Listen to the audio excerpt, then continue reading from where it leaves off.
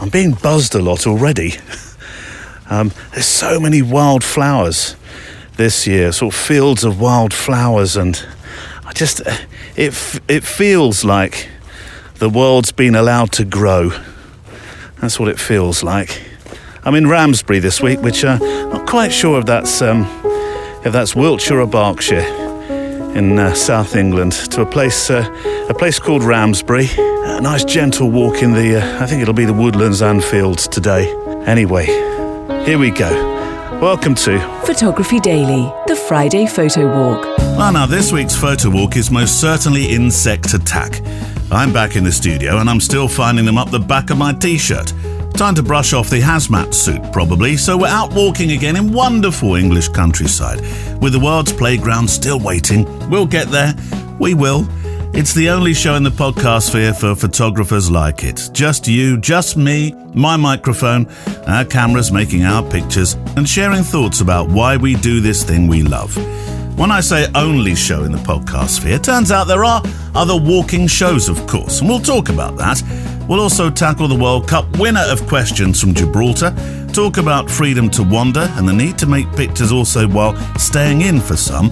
There's a new First Thing You See challenge, along with a wrong eye challenge just for this week, an inspirational project which involves a picture a day for the rest of the photographer's life. We talk 365 and perhaps have an angle on that, which may help Google become your new best friend. Who knows? There's some camera ASMR, some thoughts about Instagram. I'll try to remain calm, making pictures to calm your nerves, and a gentle nudge to think about planning your next big or first big expedition. Oh, and some thoughts about the pictures you have sent in this week, which are glorious and are on the show page as always. Inspirational words from Michael Beecham, who we heard last week about solo exhibitions. Our favourite Cara Mew is back, along with Jason Florio and Helen Jones Florio this time, canoeing with a camera. And Jason P. Howe, who went to Colombia to learn how to be a photojournalist in the Civil War. You know, when I write this all down, I realise just how much we managed to pack into an hour or so of what I like to think of as an inspirational magazine programme, made by you. We're supported by mpb.com, the number one platform when it comes to trust for buying, selling and trading used camera gear, with offices and warehouses now in Brighton, UK, Brooklyn, USA, and now Berlin for Europe. And I heard from a patron, Brad Walcott, who after a particularly bad experience trying to sell a lens on a general marketplace platform, heard me mention MPB and decided to give him a whirl. He says, I've bought, sold and traded lenses and equipment now from MPB, and I don't think I'm going to consider using anybody else. They're fair, they're honest, and everything I've received from them has worked perfectly. Job done, I'd say. Right, shall we start out? Boots on, camera lens cleaned, jungle factor insect repellent applied. Let's walk. I'm thinking that I should probably start to wear long sleeves even on these sunny days. So many insects landing on me, buzzing by me, doing what insects do in your ear. Anyway, good to have your company. These Fridays don't come round quick. Well, I say they come round quickly, but they kind of don't come round quickly enough, because I feel this is my insect in my ear. This is my sort of my pressure valve release. Is that the correct phrase?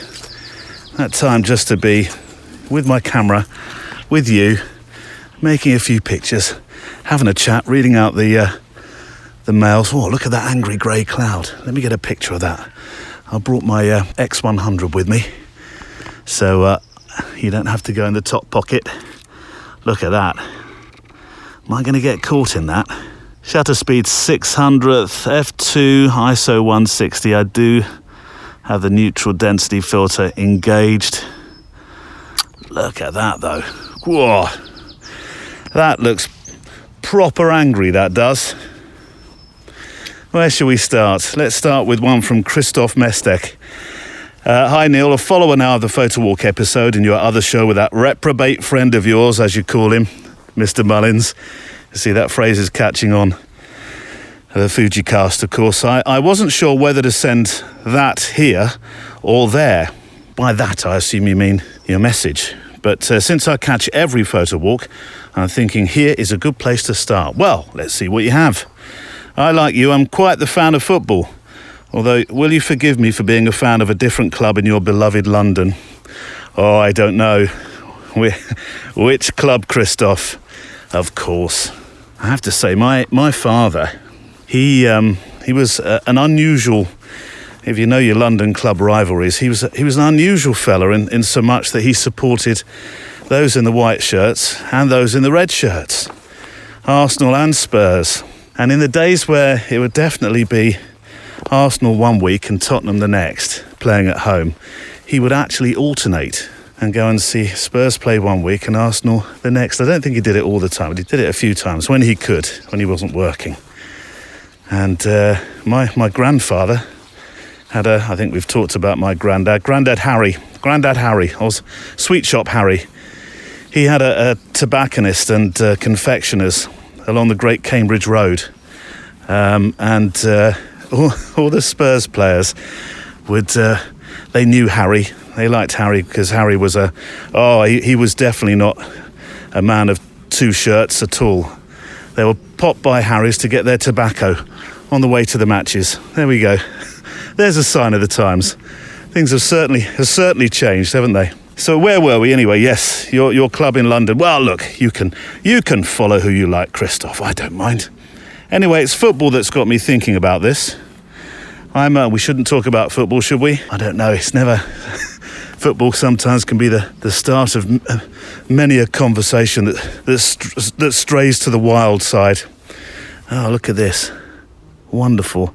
I won't do it justice for my X100, but there's oh, look at you, Mr. Bumble, going to work on that flower right in front of my feet. Let me tiptoe around you. There we go. Crack on. I will. All right. This is wonderful, this view in front of me. Christoph, I'm getting sidetracked. But if you were here with me now, Christoph, you'd be saying, Neil, take a picture of that. I will. And I'll put my pictures on the show pages as ever. So yes, it's football that's got me thinking about this. I'm a Juanito. I'm saying that in the best Spanish way I possibly can. Or somebody who hails ancestrally from Gibraltar. So as a national squad, we're never likely to win anything. We kind of look at it, I suppose you kind of look at it as national, do you? Is there actually a Gibraltar national squad? I didn't know there was a Gibraltar national squad. Or do you mean the local squad that feels like the national team? Anyway, I listen to the commentators, and there's something they often say when a striker misses the target. And that's, it wasn't on his favoured foot. I used to think that for the amount of money footballers earn, there should never really be a favoured foot, and that they should be able to play as well on one as the other. But, and hearing that you are a left-eyed photographer, you see, I was wondering where this was going, but this is going in a clever direction. Do you think you could photograph as well with your right eye as your left? Yeah. Now, my reprobate Mullins, as you correctly identified him, easy for you to say, on the my reprobate friend, that is Mullins, on the Fuji cast. I think it was last week, actually, we were talking about this. And he was saying something along the lines of being a lefty is odd. Well, maybe he just thinks I'm odd. That's probably more the case. But yeah, when I use a rangefinder camera, of course, the eyepiece being on the left, I mean the whole joy of being able to use a rangefinder and have one eye hanging out the other side doing what it does and surveying the scene is completely lost on me. So, yeah, I wonder if I could. It's probably, Christoph, one of the most interesting questions I've ever faced. I love it. I mean, you have won the World Cup of questions with that one. And it is a battle cry I've often had. You know, what's the matter with your left foot? Surely you're paid £100,000 a week for each leg. But yes, if I had to photograph right-eyed, I reckon, yeah, it's not my favourite eye, and I reckon, oh, go away, please, insect. Is that, did you just bite me? I reckon it would be tricky. I have brought myself along. I mean, it's beautiful here, but there's so many wildflowers. It's like insect heaven. Right-eyed, yeah. Could I photograph with my right eye? Let me try it, hold on. Right eye, I mean, I do have different prescriptions slightly in each eye, so the diopter's going to be different, but Can I do... Yeah, I can, but it certainly doesn't feel as comfortable. I'm not sure that I would be as proficient if I were doing that all day long on a commercial job. So, but I tell you what, if you have a camera in your hand right now, so this is clearly not going to work with an iPhone. It has to be with a camera, doesn't it? So grab your camera, whatever eye you usually use, don't use that one. Quickly turn to something that you're going to photograph and photograph it with, if you like, the wrong eye. How does it feel to you? Could you do that all day long if you were working? Could you quickly use, could you photograph something when you think, oh, quickly, I need to grab that? Could you use the wrong eye? I'm not quite sure I could. It's a proper test. Do it for me, and then if you will, send me a picture. Email me a picture to studio@photographydaily.show. Let's call it something like the wrong eye, and see and tell me what you feel. There's a wonderful opening here, actually, into the field of, is this barley? Let's just get a picture, get down really low. There we go, see the grey clouds above it. We've got such a lot of light here on one side of the valley with grey clouds on the other. Looks fantastic. Shutter speed 800th f. Don't really want f2, I want to open myself up a bit there. Let's go f5.6. Shutter speed 2500. 160 ISO. Look at those grey clouds. And actually, you can see the you might not be able to by the time I've processed the picture, I don't know. I certainly can see the insects whizzing in front of me. These are huge, the size of dustbin lids. Here's one from Ruth Sampson. Dear Neil, I'm hearing a few first-time writer mail, so I thought it was time to write in myself. The Photowalk has become my new favourite podcast. Well, you're very kind and generous. 99% Invisible has been my companion on my long walks with a camera for so long. So imagine my surprise to find there's actually a podcast about photography while walking, i.e. you. Have you heard, by the way, of a podcast called The Walking Podcast? Well, no, not that title specifically, but I imagine there probably would be one. So I did go and look it up, as per the description. Come along as acclaimed journalist and author John, I think it's Moalem, takes a walk through tranquil woodlands of the Pacific Northwest. No talking, just walking, ambient, pleasing and unusual. And it is. I listened to maybe about 10-15 minutes. And it is literally this.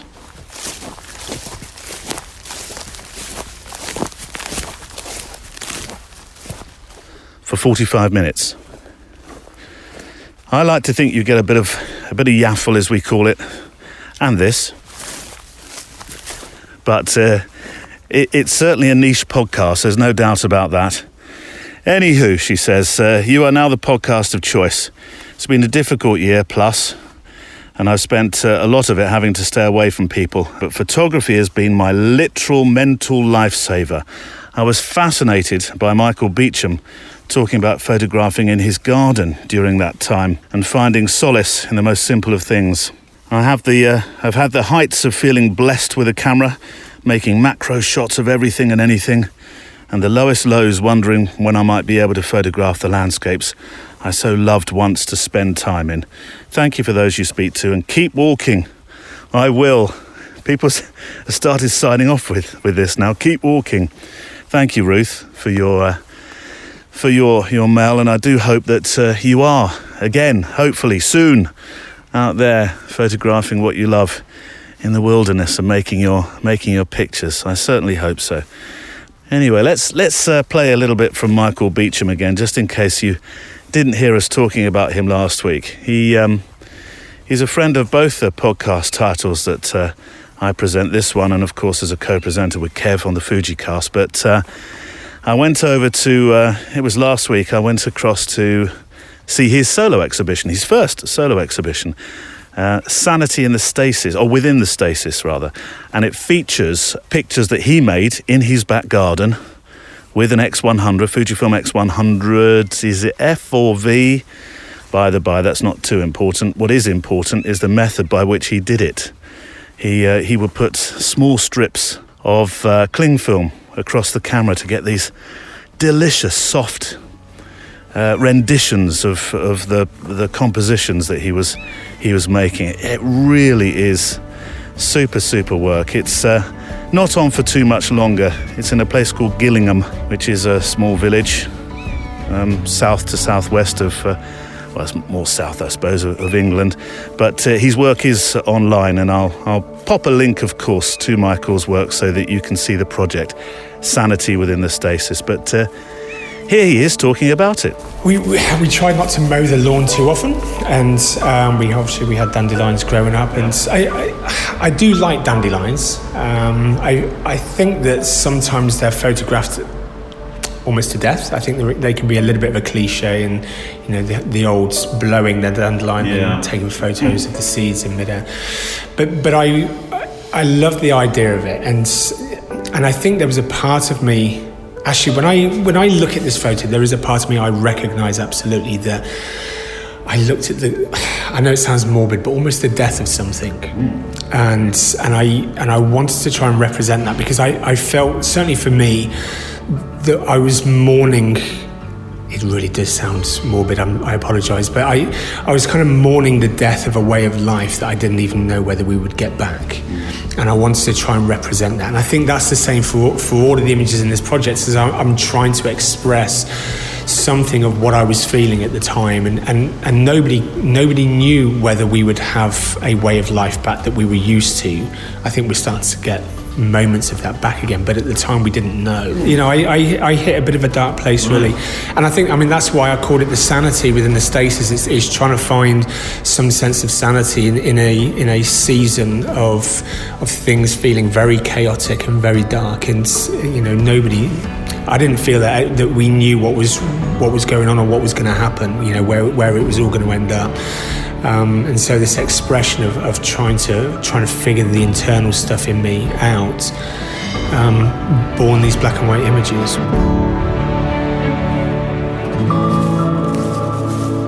Michael Beecham talking about his project Sanity Within the Stasis. Fantastic work, really is.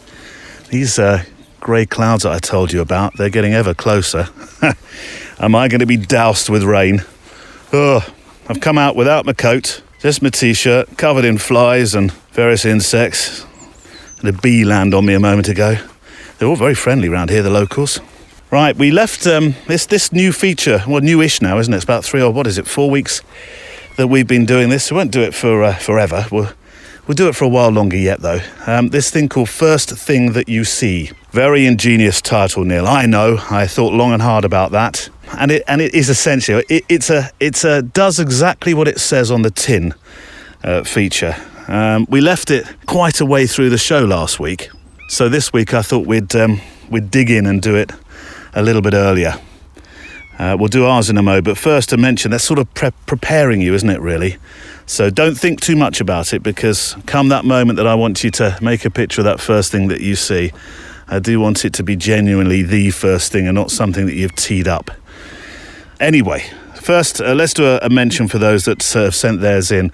And on our show page on the website, photographydaily.show, you'll find a whole gallery of them. I've got plenty coming in. If you don't get yours mentioned this week, they are rather taken at random in some respects. I do try to get to the older ones first and pop them up. But yours will be going up, don't worry. If it's not there this week, it could well be next week. But we had an illustrious list of photographers and some fantastic pictures this week. Mike Miller kicks us off with a lakeside picture from a jetty. Oh, for your information, when I am up at my wife's father's cottage, Mike says, I compose the scene, hoping that something will happen, usually closer to sunset, listening to Photography Daily while waiting. This is queuing up, isn't it? Yes, and then when the cue, or the teeing up, when the cue comes to make an image, I do so at that point. Is that slightly bending the rules? I'll let it go. I'm not going to send it to VAR. If you don't know what that is, you're in a very happy place. Duncan Ferguson's amazing picture of a deer and a passing cycling commuter on the old Roman road on Hound Kirk Moor. That was great. Jeremy Baker's picture is on the show page today. Has a small background story to this one, actually. I was carrying out chores which was floor mopping. It resulted in me walking across the kitchen floor in wet boots. Oh, I bet you weren't popular. His picture of what's on the wall that's behind the kitchen door, which is next to where the mop is kept, is what I'm leading towards here. It's one of those height things. You know, if you've got kids, you put some mark off their heights as they grow, and they start really diddy, don't they? Grow up and up and up and up until you see the words mum and dad or you know, whatever, uncle, auntie, guardian. I'm trying to be politically correct here, but then you start to see the children's names rising above their parents. That's what this picture is. So I love that, and I think you were definitely playing by the rules, weren't you? Yes, I was, Neil. I know. Eric Delorme took a picture of a brown door. First thing he saw at Ottawa Hospital's Civic Campus. Very artistic, actually, the way you took that. I'm very impressed. An artistic brown door. Colin Mayer's Duck Pond in the Mist. Oh, very nice. Nikki Heppenstall's Chaos of the Office in the kitchen. Jeff Petrie's Bushland in the States, and Phil Walbrink, the black and white field with a number board. All great pictures. You can see them on the show page. They are the first thing that you see pictures. And right, should we do ours? Let's do that. Mine's going to be a bit easy because I've been walking along this long track. So I suppose I could turn to my right or left, couldn't I? So here's the idea. Grab your camera and whatever it is, it doesn't have to be a camera actually. Grab your picture-making device. So that could be a phone, it could be a DSLR, it could be a mirrorless, whatever it is. Just grab the camera, and I'm going to give you a countdown. And I want you to take a picture of the first thing that you see, and then send it to me. So here we go. 5, 4, 3, 2. I'm going to grab my camera as well. 1, and grab. There we go. No more, just the one. I have had a few diptychs and triptychs, but just the one will do. And send that in to the email address. 2,000 pixels wide is the regular battle cry, isn't it? 2,000 pixels wide. Send it to studio@photographydaily.show. studio@photographydaily.show. A thank you to all the patrons of the podcast that support the show. They really are I used to say this on the other podcast, the lifeblood of the show. Those that listen, but the patrons, most specifically and definitely, are. Without your support, this would most certainly be a hobby, and a hobby that wouldn't be on every single week. That's for sure, because it does take. Oh, Neil, don't start. I'm going to. It does take a long time to put together what is essentially, I think of it like radio, really. You know, half an hour to 40 minutes, 45 minutes this week, wasn't it, for an interview programme. Then on Thursdays, to thank the Patreons, I do a book club show, which is, so it's more than a book club, it's a diary as well. I talk about stuff that's happened this week. I impart with the best piece of photographic advice I was ever given. There we go. And the book club this week is Peter Dench book. He's an incredibly talented photographer, but also observationalist.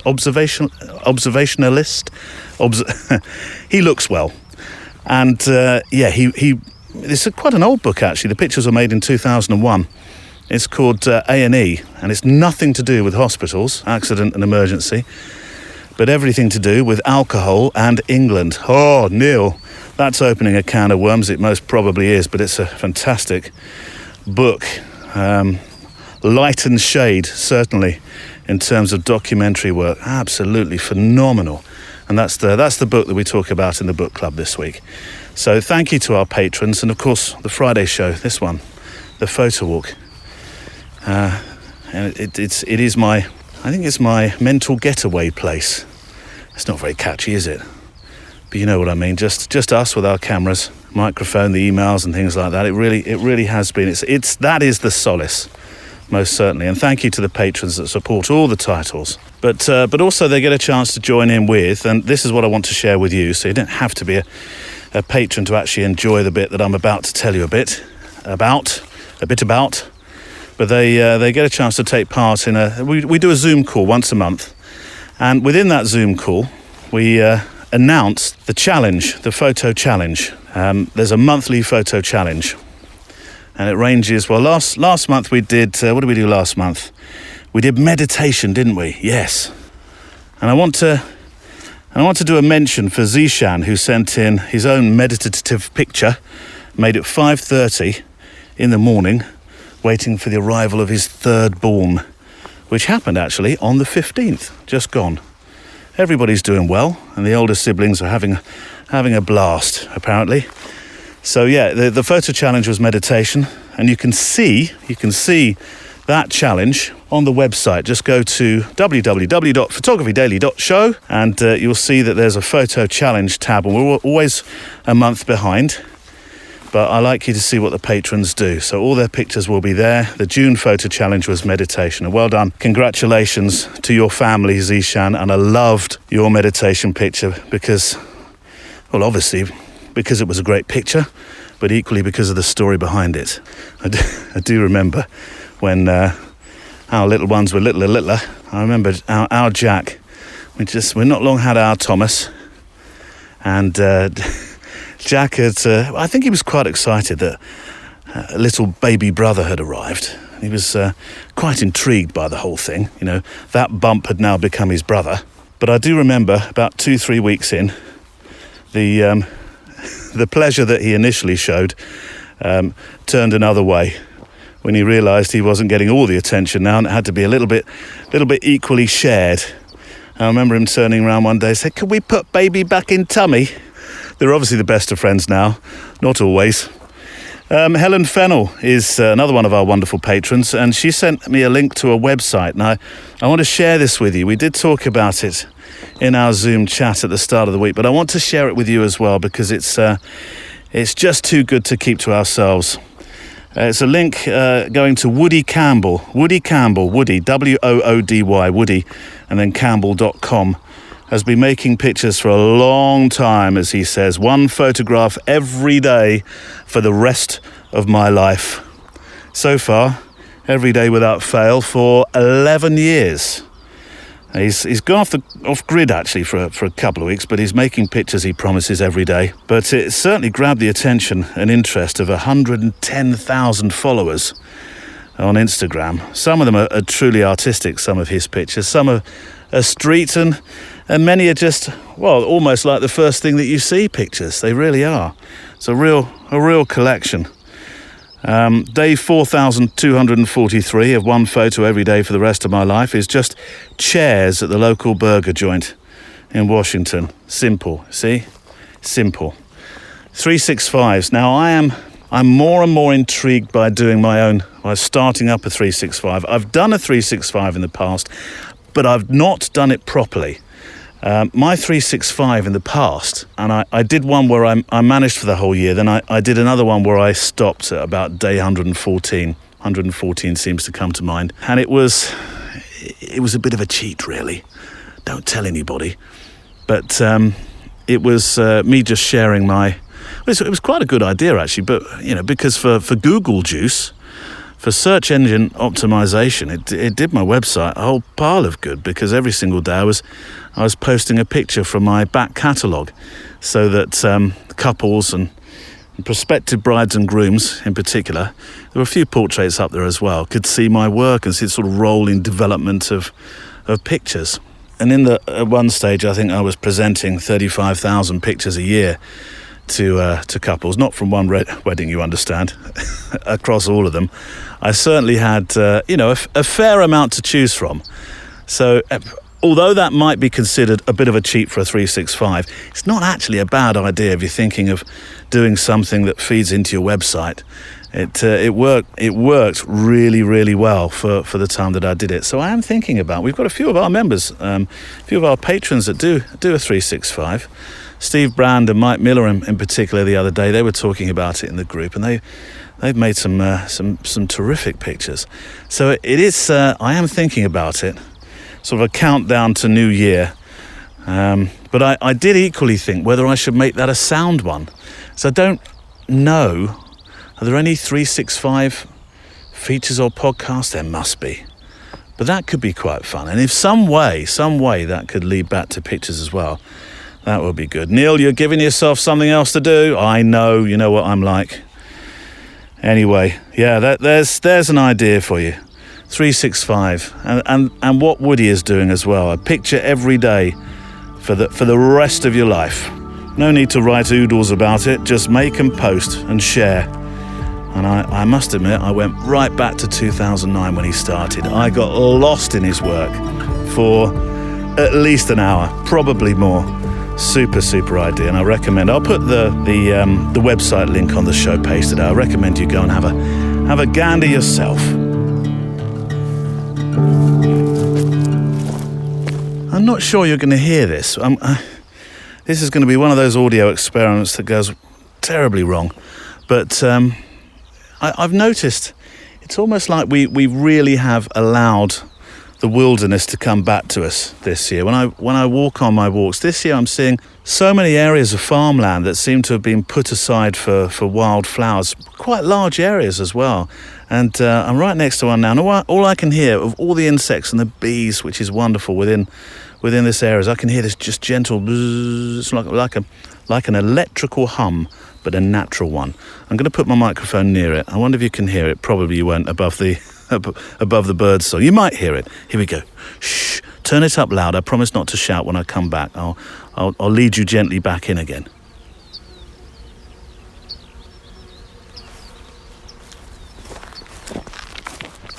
Did you get that? I hope you did. It's it's alive with insects. Fantastic. Right, talking of links to go and look at on the show page, Joshua Sidwell, thank you very much for the tip-off to one of the strangest videos I've seen on YouTube. It's a film very delicately made, featuring simply clicks of camera shutters. 18 classics, to be precise. I mean, this is ASMR for photographers. And it was wonderful. I started watching it thinking, clicks of cameras. I'll watch a few minutes of it, but then I'll watch the whole thing through. It's not long. It's only about 5 minutes long, and it's beautifully accompanied by music that goes it rises and drops in this sort of tempo. It's beautifully accompanied by a very well chosen score. It's very soothing in places. My favourite on there is Contact 645 on Bulb. There's a Mamiya RB67. Oh, that made a lovely noise. Now, the Fujifilm GX 680 Mark III, of course, was I can't believe I'm saying this. Was lovely, Neil. Well, it pleased me in terms of camera ASMR. You're very sad, Neil. No, I'm not. Go and see it. It's on the show page. It's a wonderful little film. Thank you, Joshua, for sending that in.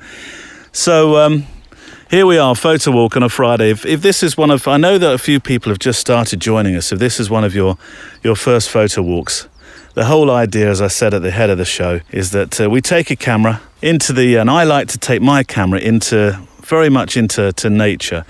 I did do one it was urban, wasn't it? When I went to Oxford and did one from Oxford, although I did go and find myself a quiet place to record most of the podcast. But yeah, I like to find my quiet in the open countryside. So we take our cameras. I take the mailbag with me as well, which I'd love to hear from you in. If you send your mails to studio@photographydaily.show, just tell us what you're doing with your photography at the moment, your experiences. We've had an awful lot of sharing going on in terms of how people mentally have been coping with this period, particularly from people that haven't been able to get out for one reason or another. It's very much a community experience. That's what I hope it is and becomes further with the more that we do.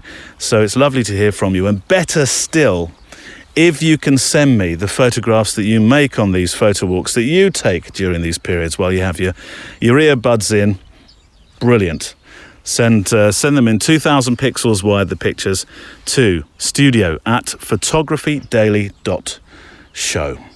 So last week I promised an update on a listener and a very good friend of the show, Eric Delorme, one of our number who takes his photo walk listening to the show. He's been He's been, how do I describe this? Because he said keep it light. He's been having words with lymphoma this year. And you may remember way back when he wrote in. It's one of the first proper dedicated longer Photowalk editions when he wrote in to say that he'd been for a biopsy. But that particular day before all this started, he'd been for his biopsy, and also he'd turned it into an opportunity to go buy a lens for his camera. Which bit do you think he enjoyed the most? One was wildly more fun than the other. Anyway, last week we talked about Eric, and he wrote in to say, CT results came back. Everything is moving in the right direction. I'm just finishing up round 4 of chemo this past weekend. I was prescribed a new anti-nausea medication, with the main side effect being extreme fatigue, so I've been napping quite a bit. There are worse fates. I've been able to watch Wimbledon and Euro 2020 guilt-free. There's Canadian sport not on at the moment. Are those the two? Well, they're a good two to choose. As I write this, I feel myself emerging from the fog. It should be a good day and a good week ahead. Good, Eric. I'm pleased to hear that, and all power to you. I'll link to his blog on his website, which does provide some really deliciously graded and presented pictures of the day-to-day. His 365, see, we're talking about 365 again.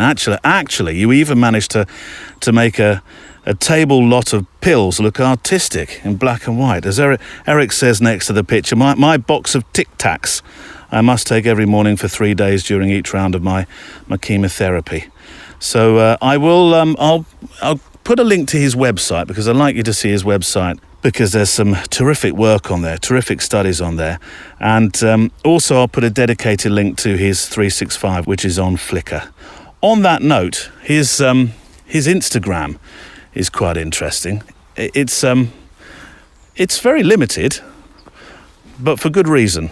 He's not an Insta man, but he's got an Insta account. It's sort of sitting there, isn't it, Eric? It's kind of dormant, perhaps waiting for something to happen, I don't know.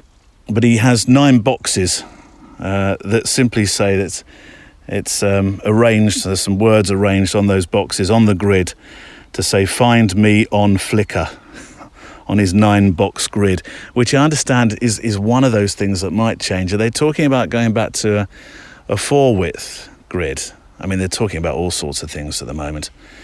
It's changing a lot, isn't it?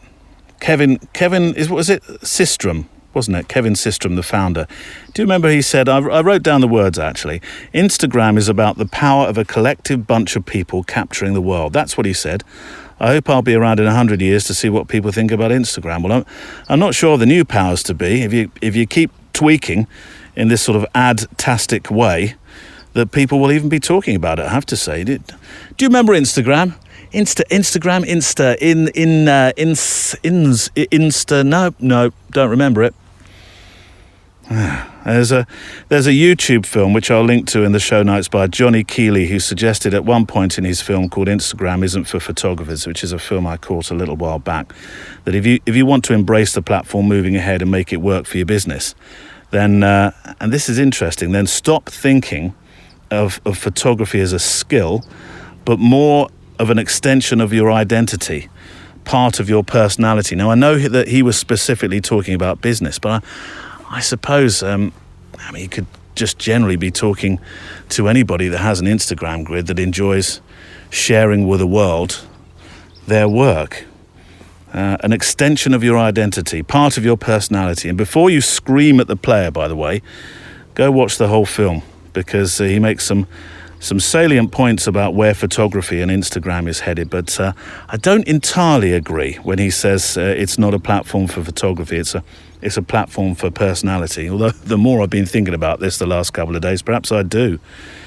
There's some further context that you'll find in that film. It's a very good film, and I'm hoping to have a chat with him. I'm not sure it'll be one of our longer interviews, but it's certainly an interview that I want you to hear. Perhaps we'll play in some bits on the Friday Photo Walk, because I think Instagram is something a lot of us do, and a lot of us are involved in. A lot of us love, but it does seem to be heading toward the full-size films and a lot more ads, and it's certainly going to look different, isn't it? It's certainly going to look different. But I did whoop with agreement when he said it's a platform for building relationships and communicating. in which respect you can communicate about what you do, who you are, and perhaps my vision, purely seeing it as a gallery, is a little old-fashioned now. I don't know. I do enjoy Instagram. It's something I have. I don't see it. I know some people have rather fallen out of love with it, but I still quite enjoy it. At this point, I'm going to, when it comes to inspiration, play a little bit of Cara Mew. Now, I'm completely aware that I've probably played this particular clip in one form or another before, but Cara is a proper favourite of those that listen to this show, and her thoughts about Instagram, for some people, are very spot on. Do you know what? When it comes to actually making the pictures, I just make them because I don't often have a plan. So especially with my personal projects and my personal family work, I don't make work for social media, and I don't make work for anybody else except for me. I've always done that. And the same when it goes to client work, I will turn up to a client's house and I will say, I am not making these pictures for anyone else apart from you. If you don't want to share them, I won't share them. If you don't want to share them, you don't have to share them. If you don't want to put them on the wall, don't put them in an album. These are photographs which are not for anybody else. We're not making them for likes. We're not making them for shares. We're not making them for competitions. We're making them for what they're intended to, which is a part of your history, printed. And I think if I just stick to that, then that's good, because that's my baseline. I'm just making the pictures. They're going to be squirreled away. That's fine. I guess I'm not one of those people that think, right, I'm going to do this picture. I'm going to make these images, and I know exactly where I want to share them, and I want to do that. That's not really how I work. And I know a lot of photographers do that. Again, it's not a bad thing, but for me, it's not. And I sort of feel like just making them and sitting on them is the key part, because sometimes better things come from them. And we live in a world where everything is very instant. We can stick it on Instagram. We can print it like via my printer within seconds of each other. And I have a love-hate relationship with social media as an artist, in the sense that artwork, we don't, maybe especially on Instagram, we don't call it art anymore, we call it content. Yeah. I hate that. Yeah. Why are we talking about people's work and like artwork as content? And I absolutely hate the treadmill of Insta, where you always need to look busy and you always need to be making, and you need to post pictures at a set time, because that's how Instagram works, to get the most likes and followers. And artists don't work like that. I do love listening to Cara talk about Instagram. Actually, I love listening to Cara talk about all sorts of things to do with photography. And we must have her back on the show some stage. And I know we've played a bit of that clip, or maybe the entirety before. But anyway, Johnny Keeley hopefully soon will come on the show and talk a little bit more about Instagram as well, and his thoughts about the platform. Right, Facebook. I'm gonna dip into the Facebook group in a moment. Our Facebook group that we have, wonderful community of photographers in there. We now have a new page, by the way, so I'll link to that. Sort of a gateway page to the podcast where the new episodes will be publicised and then shared in the group. The group will stay. It's very important, that group. The group, of course, having an entry door means not everyone can get in. We do like to look at the style of your trainers before you enter, but when you get in, you'll find it's a very safe place to talk and share, ask questions. We've been talking a lot about mental health of late, and I make no apologies for that. It's a very important thing that I think we talk about within that podcast. See this beautiful tree ahead of me. Is that an oak? Oh, I'm going to put a picture up and you're going to say, Neil, that's not an oak. Come on, let me get you a book for Christmas. Early Christmas present. But it's wonderful. It just sort of, along this grassy track here, not even a dog walker in sight. Right, filter off because it's gone a little bit moody and overcast. 1,000th shutter speed, f4. And just that lovely tree dead ahead of me. It's a magnificent tree. It could be a something and nothing picture, that could. Because there are some people that might say, it's a tree. I know it's a tree, but it's a tree next to a path that I happen to be walking along. So it's a scrapbook picture. So from Facebook, and if you haven't joined our Facebook group yet, you're very welcome. I'd love to welcome you in there. I try to spend a a few minutes in there at least a day. I say a few minutes, sometimes you just get caught in there, don't you? End up having conversations with people, which is marvellous. Katie Docking is one of the members. Hello, my first post in here. I'm a bit shy in Facebook groups, but this feels like such a nice group. I feel I can post. Her words, not mine, you'll see them. But I'm genuinely flattered and honoured that you feel that way. Last Thursday, I went to hospital to take part in a trial to look at the response to the COVID-19 vaccine in transplant recipients, as our ability to make antibodies is vastly reduced from that of the general population. Every time I go to this hospital, I'm a nervous wreck. It's an incredible hospital, though, filled with wonderful NHS staff, and they've saved my life multiple times. But I only had mild nerves this time, as I was there to take part in the research trial, but I decided to take my camera and make a few portraits while I was there. What this also served as was a huge distraction for my nerves. It really helped me having a camera to focus on instead of how the place makes me feel. I've been really wanting to... Oh, hello. Sorry, Katie. It's a massive... what is that? That's not a horsefly, that's the whole horse. Sorry, Katie, where were we? I've also been really wanting to start making portraits of strangers, so I thought this would be a good opportunity. It is, isn't it? A fabulous opportunity, and you're right. Great way to take your mind off of something that you feel very nervous about. I do that, funnily enough, Katie, at airports. I'm not the flying. What's flying? I know. I'm not the greatest traveller, although I do like travel. I like the destination more than the plane journey. Although I quite like that adventure as well. But so I take to making photographs at airports when I can. I know you're not really... Are you supposed to make photographs at airports? It's a great people-watching place, isn't it, really? So, yeah, I share your way of calming your nerves. I know one of these doctors, says Katie, but not the other one. Oh, yes, there's a picture, but they were very generous and let me make portraits of them. It felt very pertinent listening to the Friday Photo Walk the next day when you talked about making portraits of strangers. Definitely something that I want to be doing more of, and you're very good at it. And I'm not just saying that, you genuinely are, Katie. So I think you found the perfect way to maybe allay, certainly reduce the nerves when you go into hospital the next time. Thank you very much for your honesty and sharing your feelings, personal feelings, and also your feelings about what photography means to you.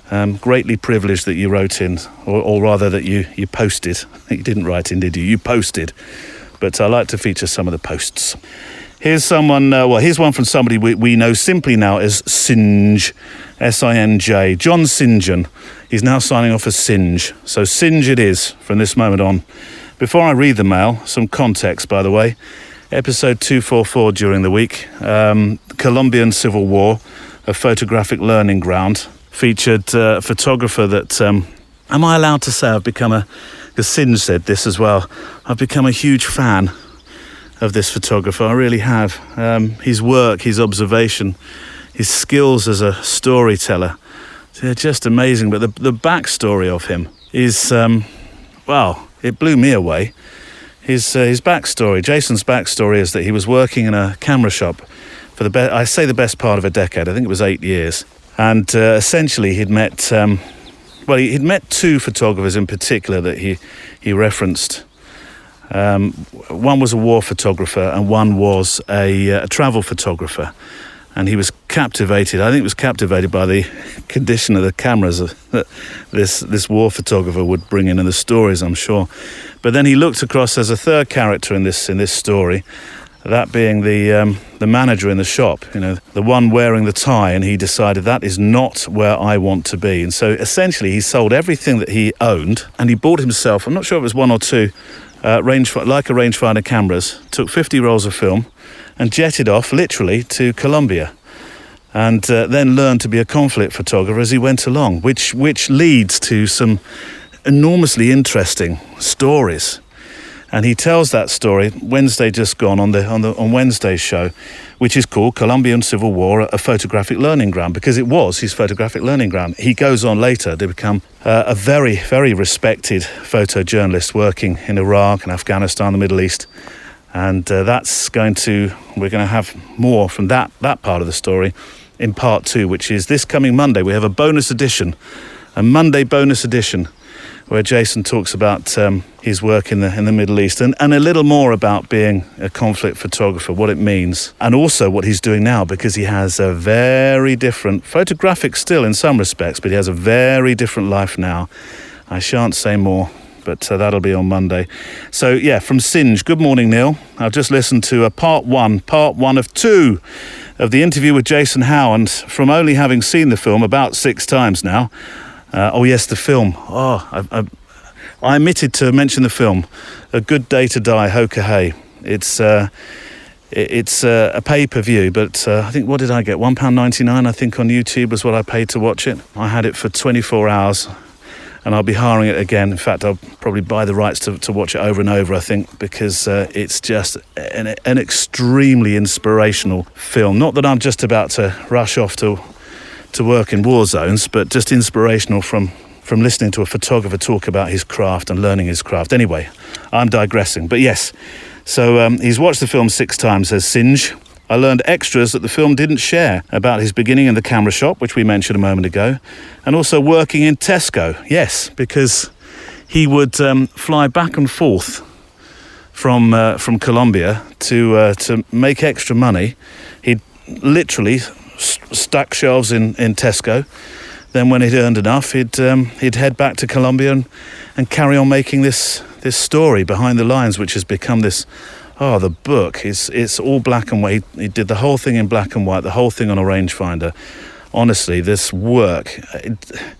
If you're into conflict photography, then it's a book for your collection. But even if you're not into conflict photography, this is a book that shows empathy, that shows people at play. It's not all about war. Yes, there are some pictures in there which are uncomfortable viewing.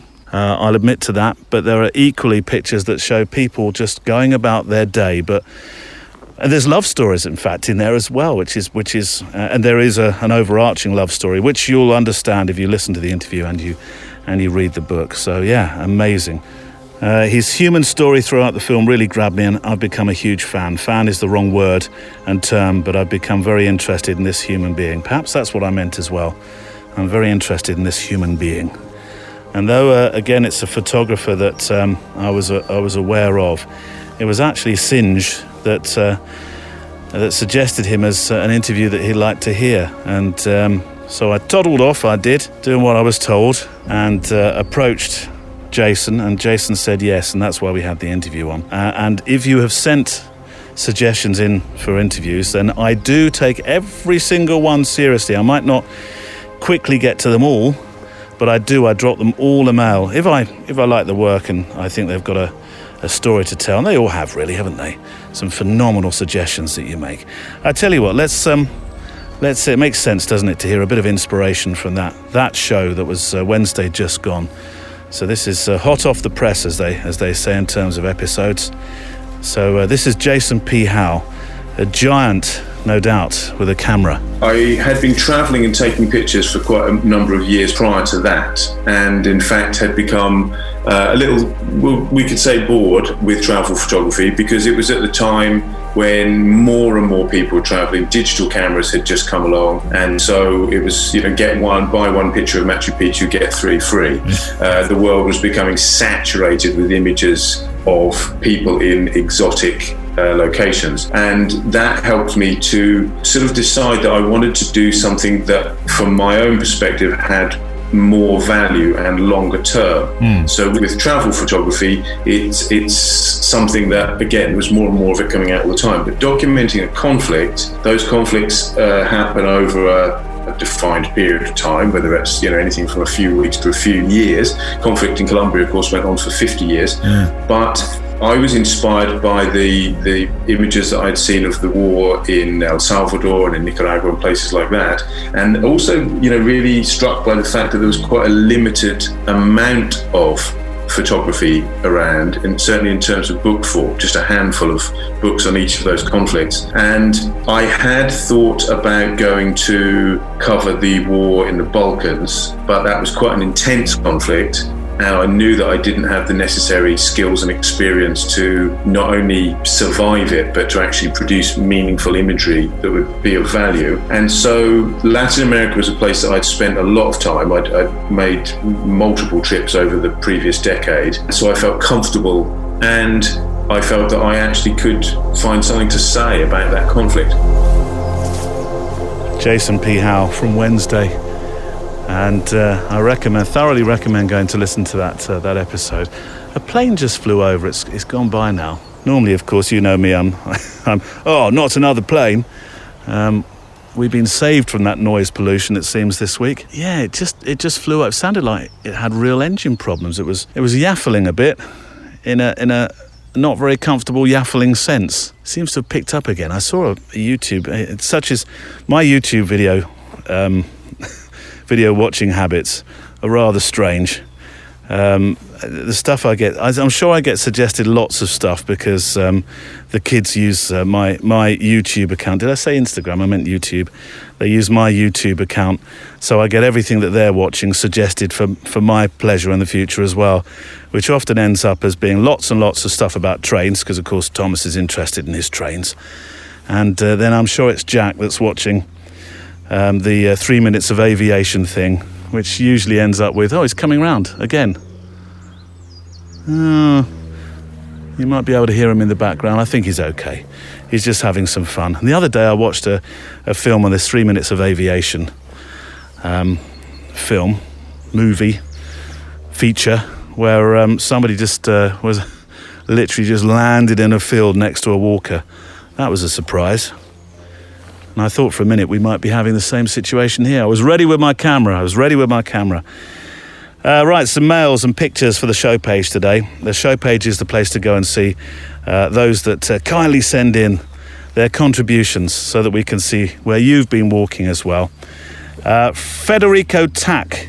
Hello, Neil. I've been a regular listener to the show for a few months now. Now I particularly enjoy listening to the Photowalk editions, as I always feel inspired to pick up my camera and take a toddle around my local area. I live in Calgary, Canada at the moment, but I've been spending the past week or so in Toronto visiting relatives. This is a new city for me, and is just emerging from a major lockdown, so naturally photographic opportunities have been coming thick and fast as the streets come to life. Toronto is an urban jungle, literally. There are skyscrapers, extensive parks and beaches, all within a short distance. If you haven't been, I highly recommend it. I also managed to squeeze in a day at Niagara Falls for good measure. I'm attaching some pictures from my trip, which I hope you and other listeners will find interesting. My personal favourite is the one of Niagara Falls, lit up red and white at night. I was there on Canada Day, which is July the 1st. The town was packed, which added extra flavour to proceedings. Keep up the good work with the show and keep photo walking. Yes, I will. Thank you, Federico. And that picture of the Niagara Falls at night, oh, fantastic. Really, really good. Also, and you'll see this because I'll put the pictures on the show page today. Also, you'll see some wonderful angles of skyscrapers, lines, and just enormously powerful pictures. I like powerful building pictures. So thank you for those. And yes, they're on the show page today. Right, next up, Andreas Olsen. And if, like me, you're fascinated by old scrapyards and things like that, my newfound interest in urban exploration, or urbex, to be down with the kids, which we'll be talking about actually with some guests on the show very soon. You'll love the pictures which I'll put on the show page from his photo walk. Hi, Neil. As promised, here are some shots from my photo walk. All pictures taken with Sony a7 III, lenses used, all vintage ones. Nice. Konica Hexar 28 3.5 and Konica Hexanon 50 1.7. Hi, hang on a minute, we're going into tech talk. Are we allowed to do that? But the pictures are fantastic. Andreas, they are spot on. You know, one man's old rotting Saab, which is kind of sad to see. I looked at this car and I thought, oh, look at you. You've been left in the forest to rot. Don't say that too loudly to my car. Car believes he'll be with us forever, I think. I heard that. All right, you're too far away at the moment.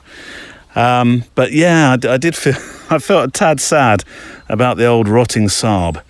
But one man's old rotting Saab in a forest is another man's Turner Art Prize, isn't it? I mean, talk about bringing the ordinary alive. You really have. It's fantastic. I love that nature has sort of crawled its way through this car and started reclaiming it, or claiming it, not even reclaiming it, but claiming it. It's wonderful, wonderful pictures. Thank you, Andreas. And yes, they will be on the show page. It kind of goes some colour into some other black and whites that he made, proving that those sort of photographs, even junk, can make really interesting pictorial record. Peter Turnbull, hello again from down under. Last weekend I joined a friend on a photo walk through a rainforest on Mount Tambourine. That sounds wonderful. You had me at Mount Tambourine with that one. Whoa, that sounds a wonderful place. Where do I sign? Just south of my home in Brisbane. We both shoot with a camera brand with 4 letters, but sorry Neil, ours starts with an S. What, Suji? Oh, I've never heard of that one before. I know you mean Sony. That's fine. We're brand agnostic. In fact, actually, even on the other cast that I do, the Fuji cast, we talk often about photographers that don't go anywhere near a Fujifilm camera. And that's fine. Fujifilm sort of binds the show, but quite sure that's a nice expression, but you know what I mean.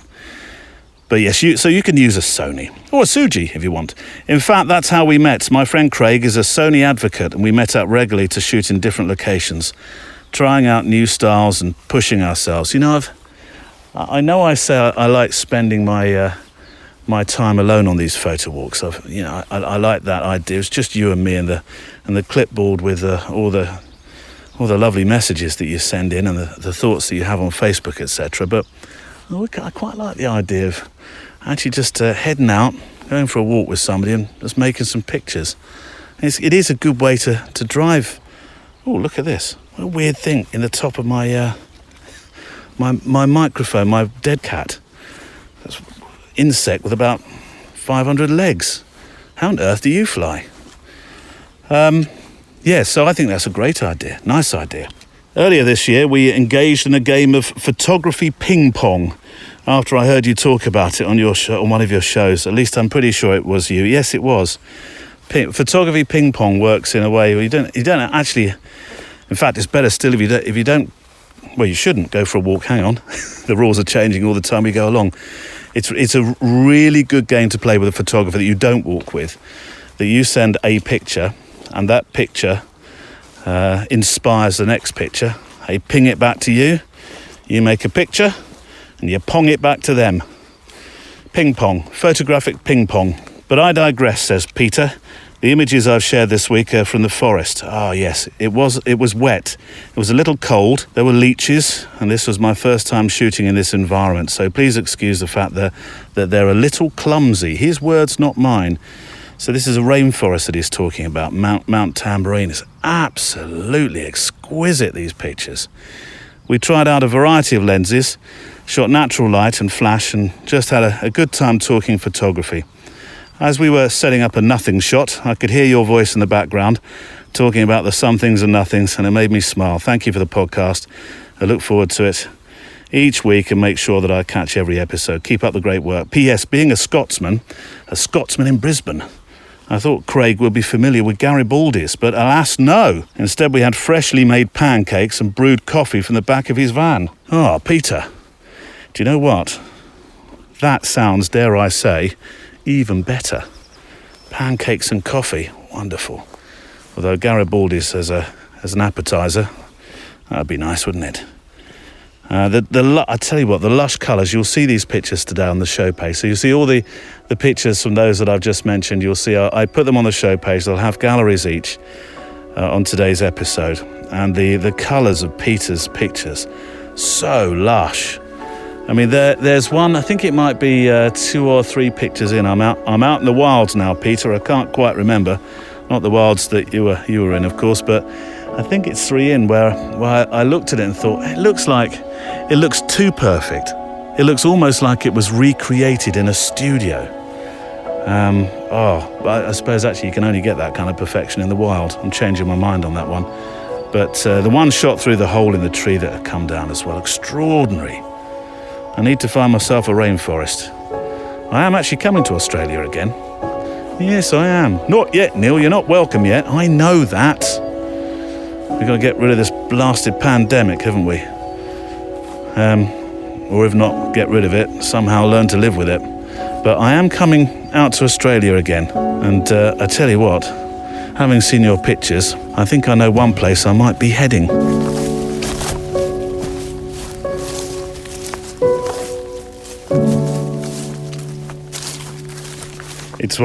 It's one long grassy track today, this walk.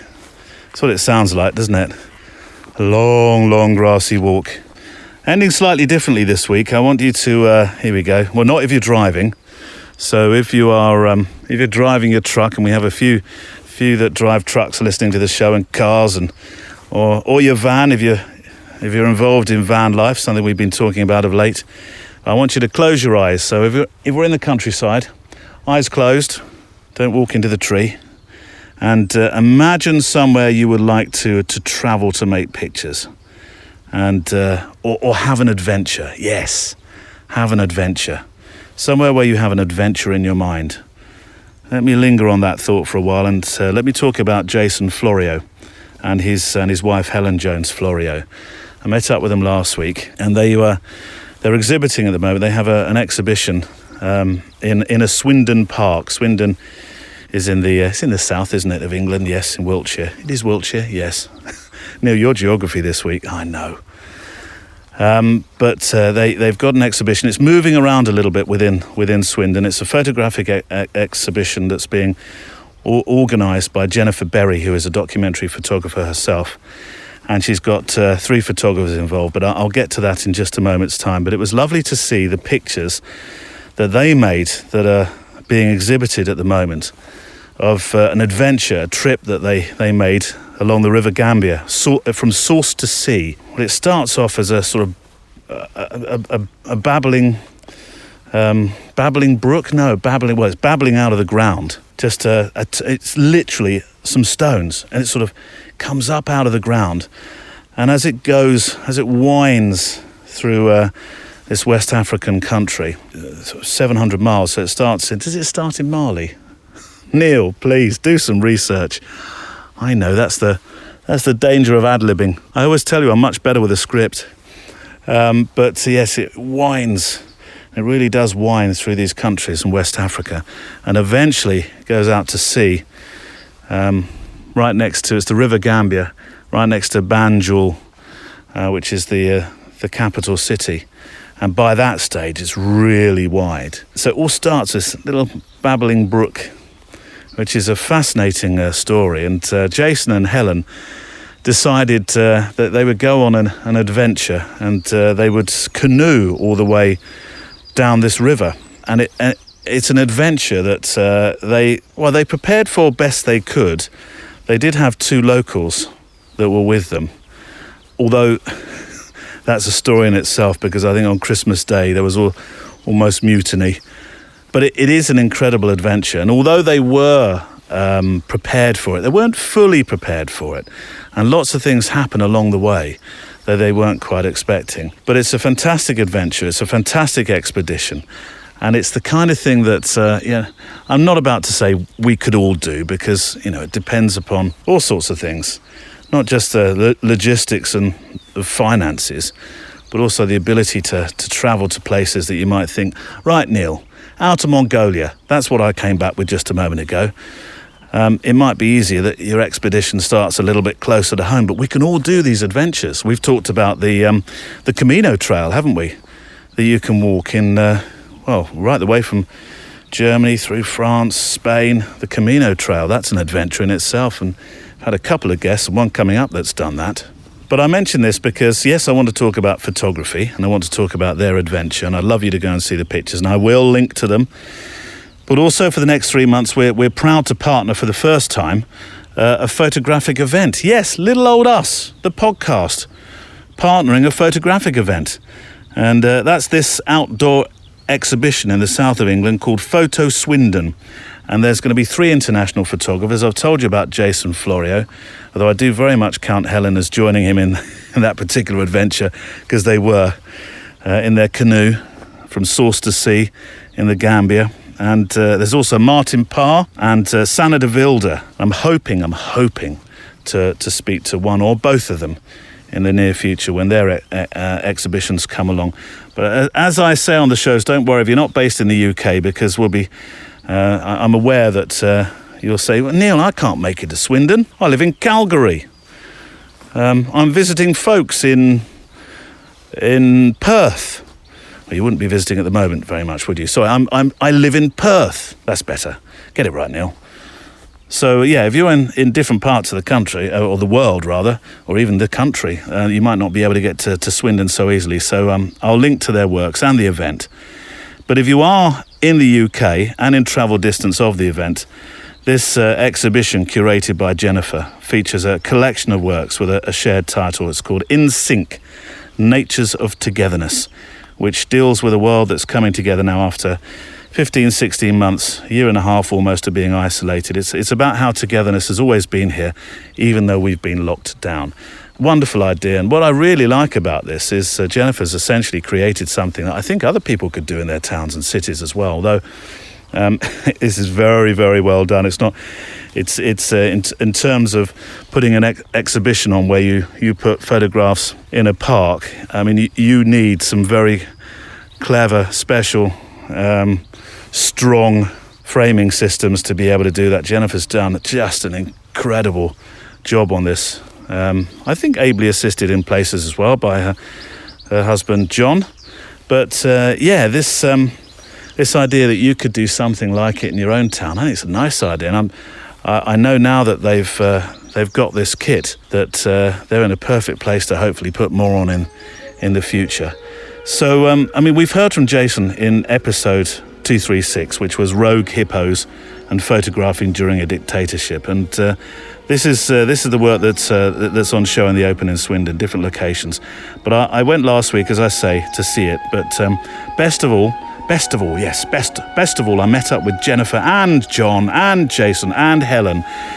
The latter two made this expedition. If you don't mind, I'd like to whet your appetite a little further with the idea of going on your expedition. So I spoke to, and this is the last bit of the show this week, slightly different, slightly longer, inspirational piece of interviewing, but I thought you might like to hear it because I managed to speak to them both. I spoke with Helen and Jason about some of their memories of that expedition, and I'm hoping their story may just ignite the adventurer in you, because really it all started with somebody just saying, why don't we paddle source to sea? Here's an idea. In my very early days of being in Gambia, my friend Lawrence and James, who had this project on the edge of River Gambia, one of the tributaries, we always used to sort of muck around with some canoes near their lodge. And I said, it'd be great to paddle down River Gambia one day. And that sort of sparked it. And then once we started actually doing research, which was, getting on for, 13 years after we'd had that conversation, we realised that there was going to be, this damming project, and suddenly I thought, there's a sort of sense of urgency of doing it before the dam's put in place, and the natural flow of the river is destroyed. And then I started doing a bit of research, and Helen actually found a book at the Royal Geographical Society by a guy called Gaspard Molien, who was this old French sort of adventurer. He'd got shipwrecked in Senegal, and he was supposed to go and follow the footsteps of Mungo Park, who was a great Scottish explorer back in the 1790s or so, 1790s, early 1800. And we found a book, and it described the source of River Gambia, and we're like, we've got to go there. And that will be obviously the start of the journey. And it was one of those things. It sort of snowballed. It really, and it sounds really kind of, not clear, I guess cliched, I think, when I say it, when I hear myself saying it, but it grounds you, it takes you, it just reminds you how simple life can be, but it also reminds you how difficult life is for other people along the river, and you can't do anything about that. We can't change that, but for me, it's being in a time and a place and a space that you cannot control anything. We just have to go with it and see where it takes us. Okay, we have an agenda. We need to do this many kilometres, and we need to get to the next point to camp, whatever. But you're paddling along, and especially the paddling bit, and you are. It's quite zen, apart from the crocodiles and the hippos. But when it's not there, then when you're not thinking about that, then it's very, you're almost, even though there's 4 of us in 2 canoes, 2 in each canoe, you almost felt like you were alone with yourself. Yeah, I think you imagine maybe like Robert Frank, when you got on the road and drove across America, you're not quite sure what you're going to find along the way, and maybe you're not even sure what the theme is, but I think it's just the journey itself will lead you to the pictures.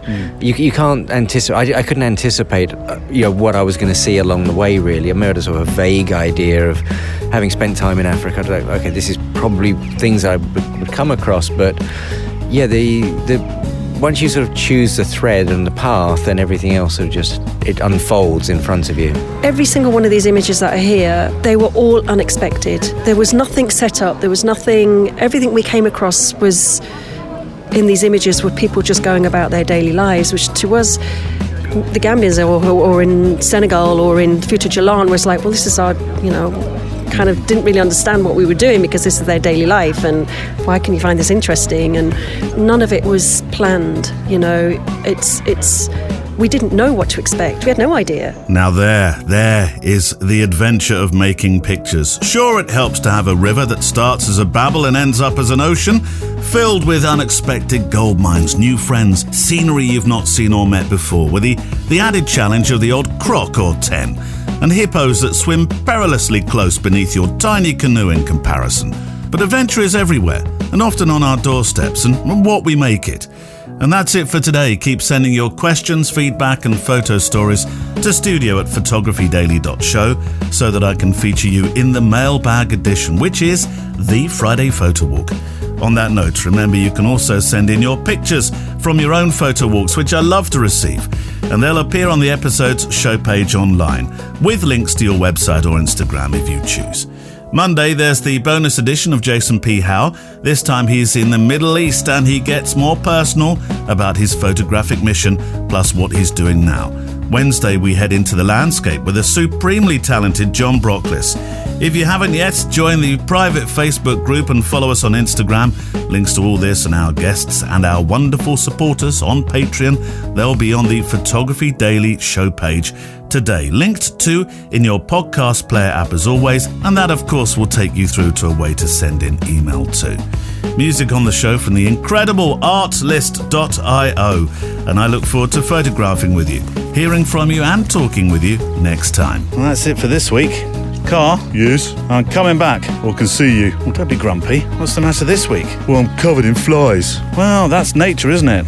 Beautiful. I look like I've been redecorated. Well, at least it's not the gulls. That's true. It is beautiful round here, though, isn't it? Look at it. Fantastic. Yep, it must be said. You do come to some lovely places. Just wish I could walk along with you. Well, that would look a bit strange, Car, if you were following me along. Right, let's go home. Photography Daily is a Loading Zone production.